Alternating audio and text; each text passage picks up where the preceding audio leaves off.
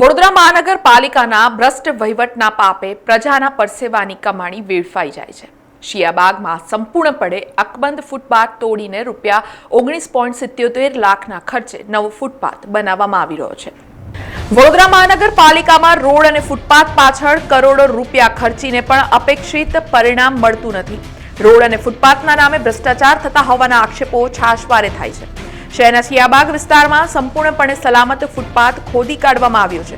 અહીં સારા અને મજબૂત પેવર બ્લોક કાઢીને ₹19.77 લાખના ખર્ચે નવા પેવર બ્લોક નાખીને ફૂટપાથ બનાવવા ન્યુટેક એન્જિનિયરિંગને કોન્ટ્રાક્ટ આપવામાં આવ્યો છે।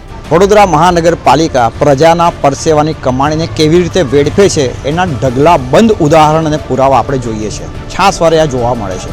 આજે ફરી એકવાર શિયાબાગમાં આપણે આવ્યા છે। શિયાબાગ 4 રસ્તાનો વિસ્તાર છે। ત્યાં ગાડી પેવર બ્લોકના ફૂટપાથ નવા બની રહ્યા છે। હવે નવા બની રહ્યા છે ત્યારે નવા બનાવવાની જરૂર કેમ પડી કે કંઈ જૂનામાં ખામી છે, જૂના ફૂટપાથ તૂટી ગયા છે? તો અમે તમને એ દ્રશ્યો બતાવીશું, પછી તમે નક્કી કરજો કે આ પ્રજાના પૈસાનો વેડફાટ ના કહેવાય તો શું કહેવાય। શિયાબાગમાં અત્યારે જે ફૂટપાથ છે તમે જુઓ કે આ એક્ઝિસ્ટિંગ જે ફૂટપાથ છે એમાં ક્યાંય કોઈ જગ્યાએ પણ ખામી તમને જણાવી હોય કે ખાડો પડી ગયો હોય, કોઈ પેવર બ્લોક નીકળી ગયો હોય કે કોઈ પથ્થર નીકળી ગયો એવું ક્યાંય નથી। હવે એમણે જે આ સાઈડ પર લાગેલા જે પથ્થર હતા એ કાઢ્યા છે। એ આ પથ્થર છે જૂના અને આ છે નવા।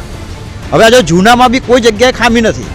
આ બધા તમે જુઓ એક જે જૂના પથ્થર કાઢ્યા છે સાઈડના, જે ફૂટપાથનું બાઇન્ડિંગ રાખે કે ફૂટપાથને રોકી રાખે એના પેવર બ્લોકને, એ બધા એકમાં પણ કોઈ જગ્યાએ ખામી નથી। ઇવન પેવર બ્લોક બી તમે જુઓ જે જૂના છે એમાં કોઈ પેવર બ્લોક તૂટેલો નથી।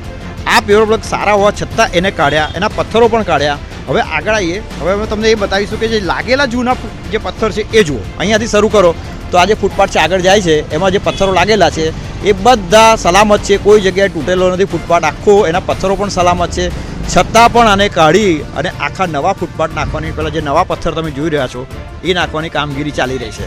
હવે આ બિનજરૂરી, અમારી દ્રષ્ટિએ, અને તમે બી કદાચ સંમત થશો કે આ બિનજરૂરી ખર્ચો કરવાની જરૂર છે। હવે આ ફૂટપાથ જે બનતો છે એ સ્વાભાવિક છે કે કોઈ નાની રકમથી નહીં બનતો હોય। આ ફૂટપાથ પાછળ લાખો રૂપિયા ખર્ચ કરવામાં આવશે। હવે આજ જો લાખો રૂપિયાનો ખર્ચ વેડફાતો હોય તો પાલિકાની કામગીરી સામે સવાલો ઉઠે એ સ્વાભાવિક છે। પાલિકાના વહીવટીતંત્ર દ્વારા ₹19.77 લાખ વેડફી નાખવા ધુપ્પલ અંગે અધિકારીઓનું કહેવું છે કે આ કામ સ્વર્ણિમની ગ્રાન્ટમાંથી કરવામાં આવ્યું છે। અગાઉ સ્વર્ણિમ ગ્રાન્ટમાંથી મંજૂર થયેલું કામ નક્કી થયા મુજબ જ કરવાનું હોય છે। અમે તમને જણાવી દઈએ કે સ્વર્ણિમ ગ્રાન્ટ હેઠળ મંજૂર થયેલા કામ કરીને જરૂરી ના હોય તો મ્યુનિસિપલ કમિશનરને નક્કી થયેલા કામોની જગ્યાએ અન્ય કામો કરવાના ફેરફારની સત્તા હોય છે। પાલિકાના અણઘડ કામોનો કોંગ્રેસ વિરોધ કરી રહ્યો છે। આવા અણઘડ નિર્ણય લેનારા અધિકારીઓ સામે કાર્યવાહી કરવાની માંગ કરી રહ્યું છે।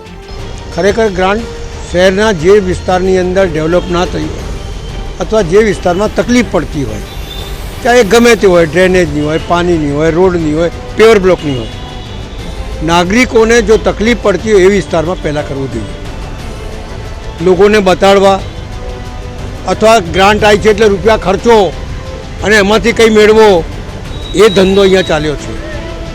જેમ તમે આ ફૂટપાથનું કીધું શિયાબાગમાં, હવે ત્યાં હમણાં થોડોક વખત પહેલાં નાખ્યા છે, ખાલી એને ધોઈ દે તો ચમકી જાય, પણ ખર્ચો કરવો જો ને ગ્રાન્ટનું છે તો આ અધિકારીઓ જે ત્યાં કામ કરે છે, ત્યાં કાર્યપાલક, ડેપ્યુટી ઇન્જિનિયર, એ લોકો સલાહ નથી આપતા?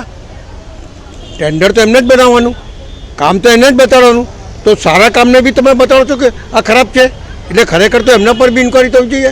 અને આવી રીતે કોઈ જગ્યા ગ્રાન્ટ ખોટી ના વપરાય એના માટે હું ગવર્મેન્ટમાં કાગળ લખવાનો છું। ₹19.77 લાખના બિનજરૂરી ફૂટપાથ બનાવી પ્રજાના પરસેવાની કમાણી વેડફી નાખવાના દેખીતા પુરાવા સામે અનેક સવાલો ઊભા થાય છે।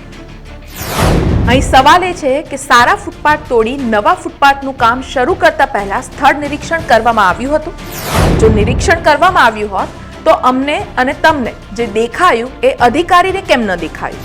સ્વર્ણિમની ગ્રાન્ટમાંથી નક્કી થયેલા કામમાં ફેરબદલ કરવાની સત્તા કમિશનરને છે, આમ છતાં પણ સારો ફૂટપાથ તોડી નવો ફૂટપાથ બનાવવાનો નિર્ણય કેમ લેવાયો? સારો ફૂટપાથ તોડી નવો ફૂટપાથ બનાવવાની જાણ મ્યુનિસિપલ કમિશનરને કરવામાં આવી છે?